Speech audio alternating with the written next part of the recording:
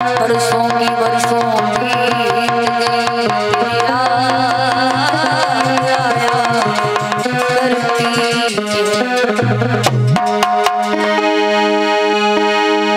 तो बंदा सोचे न करो ऐसे प्रभु के सो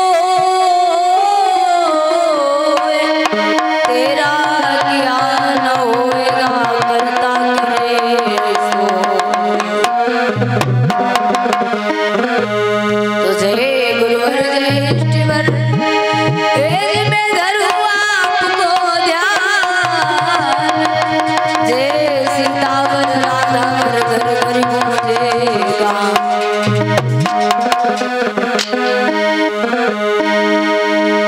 प्रेम करूं मैं श्याम से ऐसी पीर घनेरी होए और जो ना आओ श्याम तुम प्राण त्यागो रोए प्राण त्यागो रोए प्रेम से बोलिए वृंदावन बिहारी लाल की बोलिए सावरे सरकार की। क्या बात है। इस लहुआ धाम में अक्सर भक्तिमय कार्यक्रम चला ही करते हैं, कभी जागरण तो कभी कीर्तन, कभी श्रीमद् भागवत महापुराण की कथा इत्यादि सभी भक्तिमय कार्यक्रम चला ही करते हैं। फिर भी जयकारे में इतनी ज्यादा गड़बड़ी ये अच्छी नहीं लग रही है। क्या बात है। जिन्हें प्रेम है प्रभु से एक बार हाथ ऊपर उठा लीजिएगा, उठाइएगा हाथ जिन्हें प्रभु से सच्ची अंतरात्मा से प्रेम है। वो जिन्हें हो नहीं वो हाथ मत उठाइयो। हाँ बिल्कुल सीधे जिनके हृदय में प्रभु का आवाज से जो प्रभु को मानते एक बार दोनों हाथ ऊपर। और ये सोचे रहना ना जो हाथ नहीं उठाएगा प्रभु जी नाराज हो जाएंगे। प्रेम से बोलिए वृंदावन बिहारी लाल की। क्या बात है। अभी आवाज में कोई दम नहीं लग रही है। अभी झगड़ा करना होता तो यहाँ की आवाज कम से कम 1-1.5 किलोमीटर 2 किलोमीटर तक चली जाती है।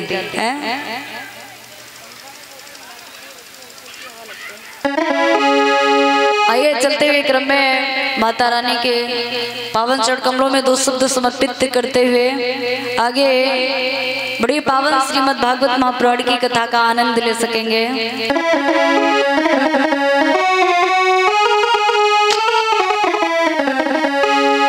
और हाथी में त्रिशूल गरवा सोनेवा के हार रुपवा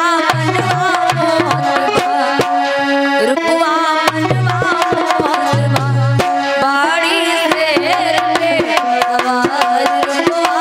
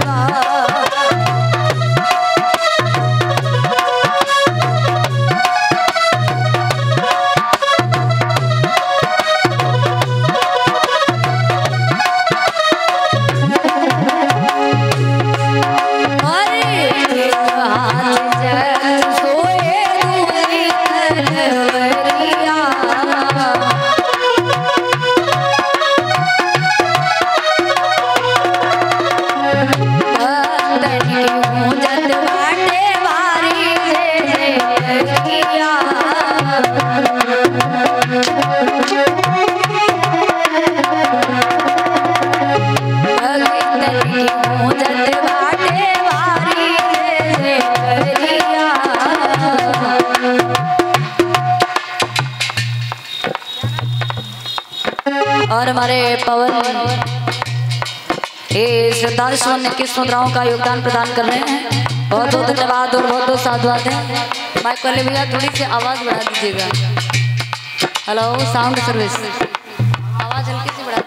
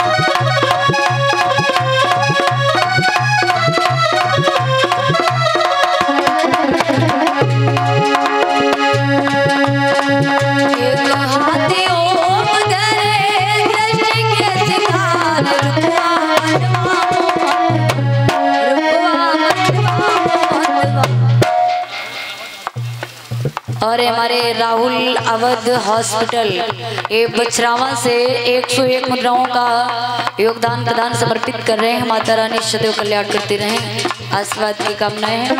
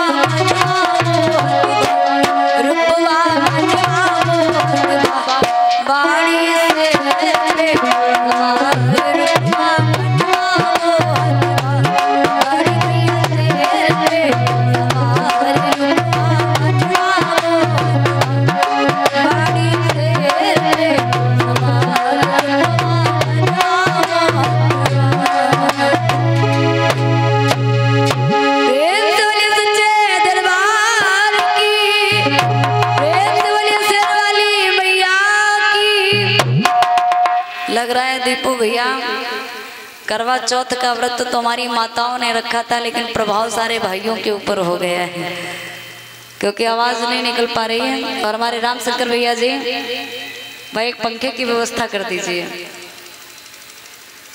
एक बार भाई जोरदार जयकारा, कम से कम यहाँ की पंडाल में तो जयकारे की आवाज़ गूंजनी चाहिए। क्यों दादाजी व्रत रह डाले क्या, इसलिए आवाज़ नहीं निकल रही है। कोई बात नहीं, बार प्रेम से जयकारा लगाएंगे सभी भक्तगण, प्रेम से बोलिए सच्चे दरबार की।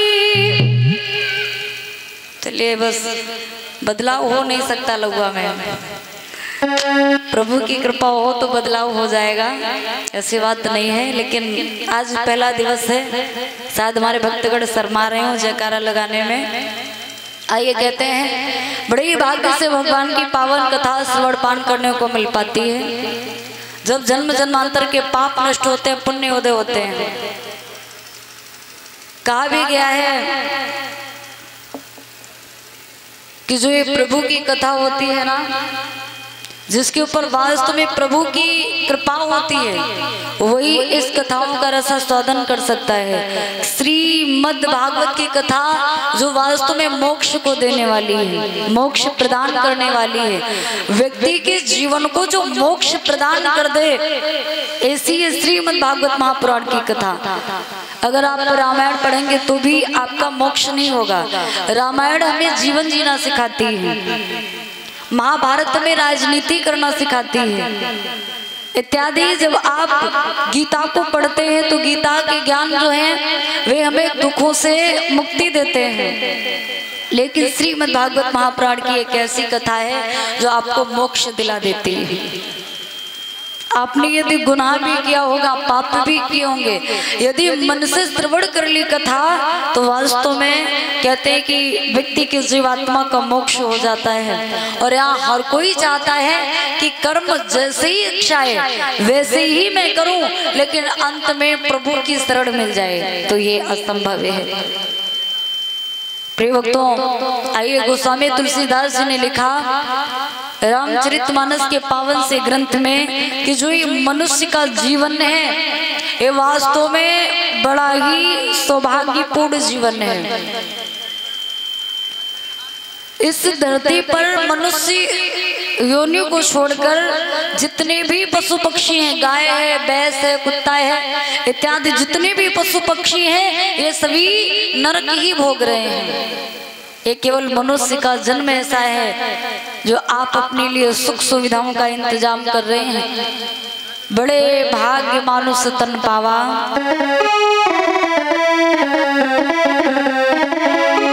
और बड़े भाग्य मानुष तन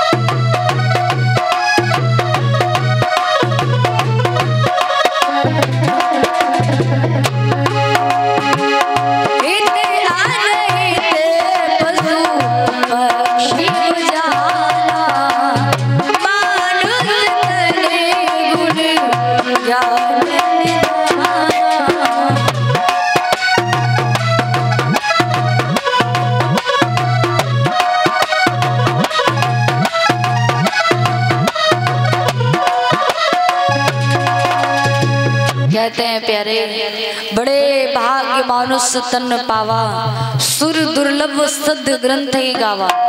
जब 84 लाख योनियों में भ्रमण करने के पश्चात एक बार जब मनुष्य का जीवन मिलता है ना, तो जब माँ के गर्भ में होते हैं तो वादा करते हैं प्रभु मैं मनुष्य जन्म में जाऊंगा तो अवश्य, लेकिन आपके भजन के सिवा, सत्य मार्ग के सिवा मैं ना तो झूठ बोलूंगा, ना पाखंड में फंसूंगा, इत्यादि में माया जाल में भी नहीं पड़ूंगा।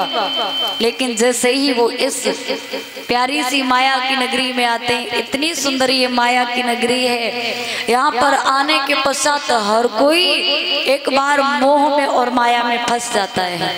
मोह क्या है जानते हैं? मोह है ममता। ममता जैसे माँ की ममता होती तो अपने बच्चों की फिक्र में वो शुद्ध भोजन भी नहीं कर पाती है, सो भी नहीं पाती है, अच्छे से जीवन नहीं जी पाती है। ममता बड़ी विलक्षण होती है। उसी तरह यहाँ हर किसी को एक दूसरे के प्रति ममता है।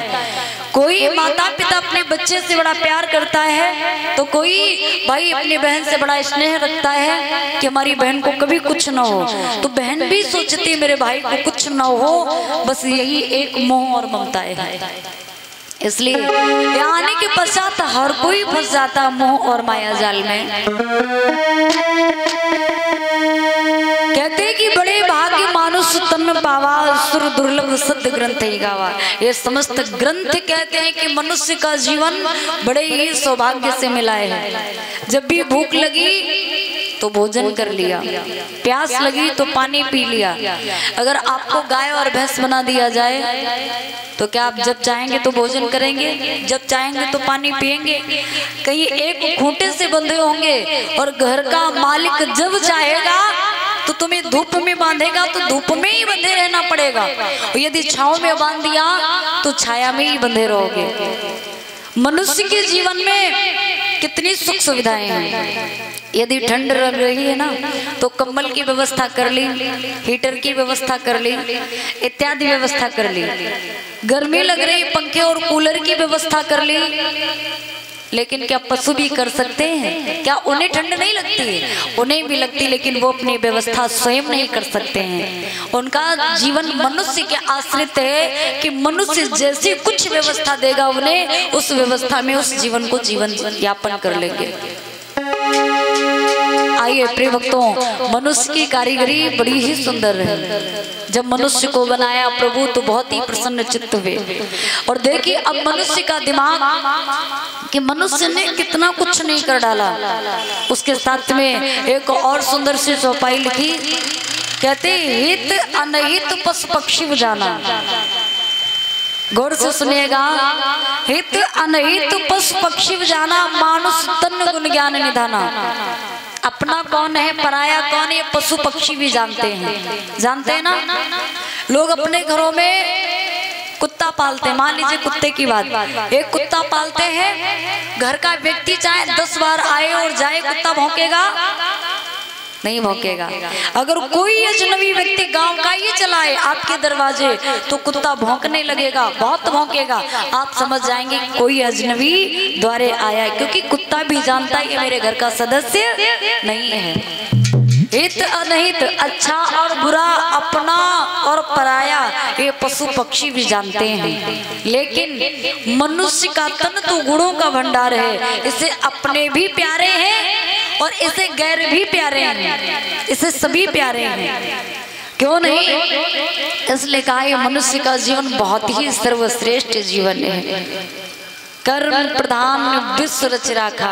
अब आइए, मनुष्य का जीवन अच्छा तो है, लेकिन अब आ जाइए कर्म अपने अपने हैं। कर्म प्रधान विश्व रच राखा, और जो जस करे सो तस फल चाखा।